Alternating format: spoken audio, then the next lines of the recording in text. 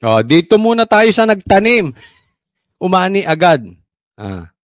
Inaasahan ng Secretary General ng Kamara na may maghahain pa ng impeachment complaint laban kay Vice President Sara Duterte.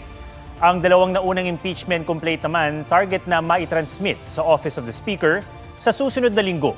May report si Marisol Abduraman.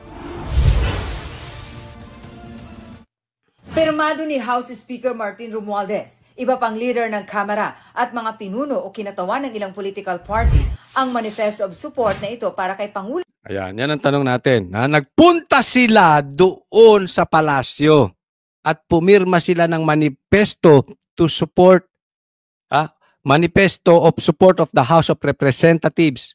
Ibig sabihin, yung Kamara, ito, letter namin, manifesto. Sinusuportahan namin si si Marcos. Unang tanong, bakit kailangan yung gawin yan? Loyalty check? Para ipakita nyo kay Marcos, eto, 200 kongresista kasama ko. Sabi ni Speaker, halimbawa, Marcos, 2 kasama ko, ito may pirma. Hindi ka namin iiwan. Ba't kailangan yung gawin yan? Loyalty check? Dahil sa tingin ninyo, may umuugong kasi. Di umano, nagulo na sa AFP. Yan ay umuugong na balita. Okay? Hindi po natin masasabi yan kung totoo yun, hindi. Pero may mga pumapasok dito sa ating mensahe na ito yung nagaganap ngayon. Kaya ito ngayon. Kaya yan. Meron kayong pagpapakita na suporta. Dahil nakita nyo na yung kalaban ninyo Tapos, nagbigay pa ng warning sign sa tingin ko ang warning sign ng iglesia dahil sinabi nila sila ay naghahanda na para sa rally against impeachment. Pwede rin, eto. Eto. BBM, kunwari, sinasabi ni Tinitamba, BBM. Oy, insan. Malakas kami, hawak ko itong mga congressman na ito. Tuloy natin tong impeachment. Huwag nyo nang harangan to, Kasi alam mo, kahit saang banda tingnan ito, kaduda-duda Yung timing ng meeting, hindi ako maniwala, tas may manifestong ganito. Anong kakornihan yan? Pwede mo namang tawagan yung pinsan mo, hindi coach, congressman, formal. Formal. Dahil nilabas sa media, nag-leak ulit? Style ninyo. Alam mo ito, tandaan nyo itong sasabihin ko, itong manifesto na ito, kaduda-duda. Kaduda-duda yan. Kaya nga, abangan ninyo. Abangan po natin. Malalaman natin ng rason kung bakit nagkaroon ng ganyang manifesto. Naalala nyo, sinabi ko sa inyo, biglang lumabas si Marcos, may nag-leak na message niya na ayaw niya sa impeachment. Anong sabi ko sa video ko? Kalokohan nyo, wag nyo kaming tinatarantado, wag nyo kaming ginagawang tanga, mga Pilipino. Niloloko nyo kami, nag-leak yung message? Ano to, gaguhan? Tapos labas sa mainstream media? Sabi ko, duda ako dyan. Yung ganyang galawan, duda ako. After a few days, may impeachment na. Kaya sabi ko sa inyo, tandaan yan, duda ako sa labas na yan. Pero in the near future, siguro mga ilang days lang malalaman natin anong purpose nitong manifesto na ito. Kasi lalabas at lalabas Ano yan mind conditioning po yan. Parang yung nag-leak na message ni BBM kuno na ayaw niya sa impeachment. Mind conditioning to in preparation doon sa main plan nila. Abangan natin. Bongbong Marcos, bukod sa pangakong titiyakin ang seguridad ng Pangulo at katatagan ng kanyang administrasyon, kinokondina rin nila ang anumang tangka para destabilize o guluhin ang gobyerno.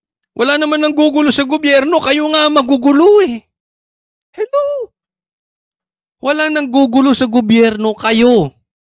Maayos naman yung unit team Kahit hindi ako agree sa unit team na yan.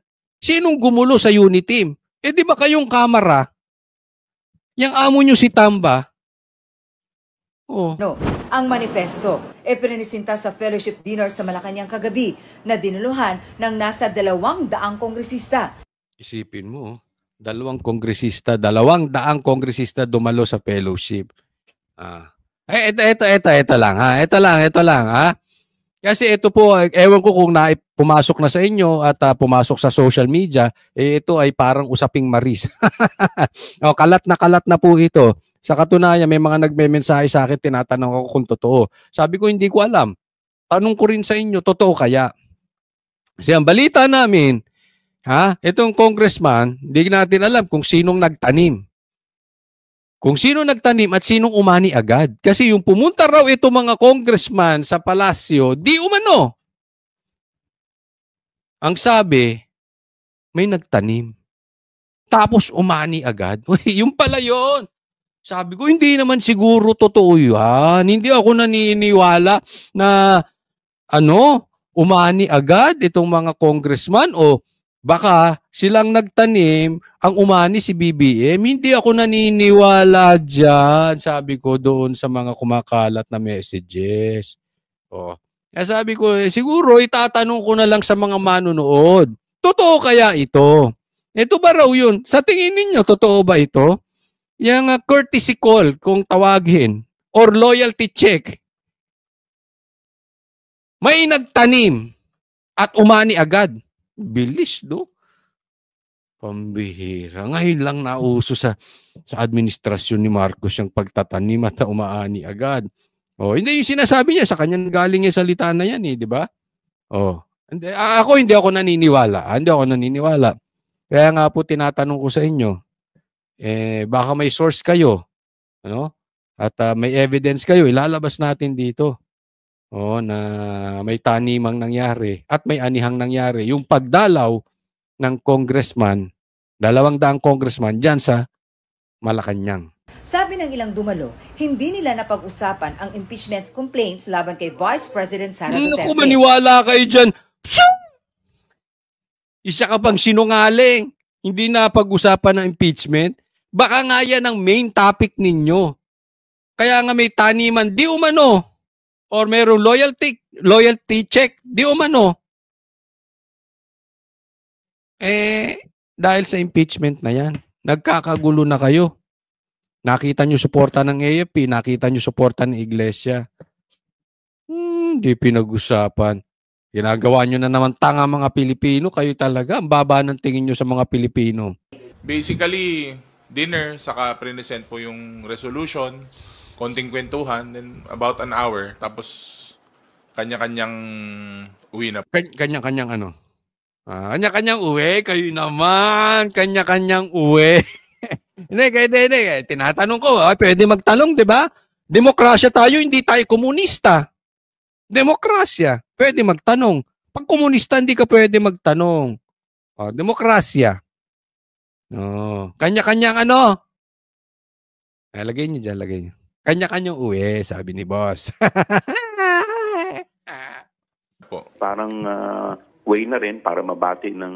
Ito si Chua, pinagtawanan to sa Maynila no? Naisipin mo, siya mamimigay ng ayuda, ang sinisigaw, Yorme. Nakakahiya ito si Chua. Ewan ko, sana wag ka nang manalo. Pasko ang ating presidente. Parang ano? Ulitin mo nga. Parang way na rin para mabati ng Pasko ang ating presidente. Yung corny nyo? Ba't di mo i-message? Sama-sama kayo? Show of force? Or show of ano? Whatever you sow, you will reap. Ay, ano yun? Di ba? Anong tinanim mo, yun ang aanihin mo? Totoo naman.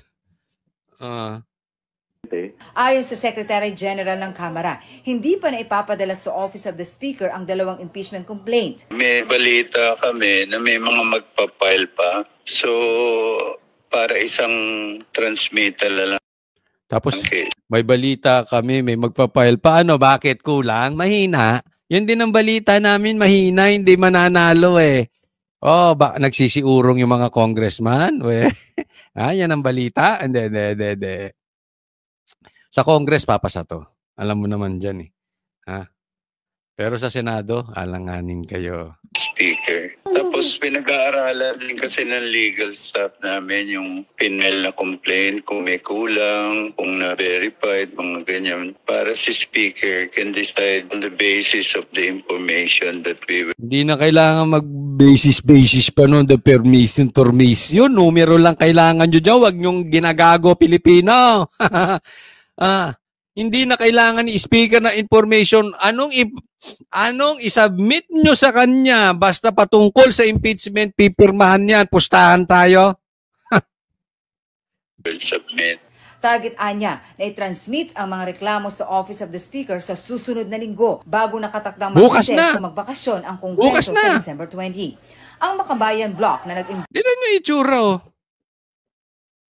Parang aktivista sa bundok. Yan yung sinasabi ni Greco Bellica. Si Greco Bellica nagsabi, komunista kayo, nagpapatakbo. Kayo na nagpapatakbo sa Kamara, mga komunista. Kayo ang naghain ng impeachment. Kayo ang nagpakulong kay Lopez. Kayo ang nagpapagulo kayo nag-aano ng EJK. Tingnan nyo. Congress ba yan? O komunista sa bundok? Nagtatanong lang. endorso sa ikalawang impeachment complaint, nangangalap na ng pirma para mapabilis ang akyat sa Senado ng Ang corny, nakapink pa. Ang corny. reklamo. Kapag nakakuha ng 106 Yung itsura nila, pambundok talaga eh, no? na pirma, hindi Ilan lang kailangan? 106 na pirma. 106 na pirma, hindi na diringgin sa Kamara. Nakakuha ng 106 na pirma, hindi na diringgin sa Kamara ang reklamo at otomatiko na itong ipapasa sa Senado. Yon. 106 out of 300 plus lang eh. Mga 306 ata yung mga congressmen. No? So 106 lang ang kailangan basta may pirma na. So balita natin, nag-iikot-ikot na yan. Ha? At nakuha na nila yung numero at tuloy-tuloy na ito at pupuasok na to sa Senado. Ang magiging problema nyo ngayon sa Senado. But eto yan. Ha? Eto yan. Ang magiging talagang gusto maging Vice President ni Martin. Kasi obviously, kung sakaling mai-impeach si BP Sara, which I don't believe, pero for discussion purposes pag-usapan natin, maghahalal sila. Okay? Kung sinong pipiliin ng presidente, tapos pagbobotohan sa both houses. Voting separately. So, sino pa bang ihahalal ni BBM? Ito nga walang kakwenta-kwentang si Martin, ginawa niyang speaker eh. So, sigurado yan, ang ihahalal ni BBM si Martin. Yan na yun. Yan na yung mangyayari. Kaya yan eh, para sa pangarap din ni Martin, maging Vice President, and at the same time, hindi na pwedeng tumakbo si BP Sara sa kahit anumang posisyon.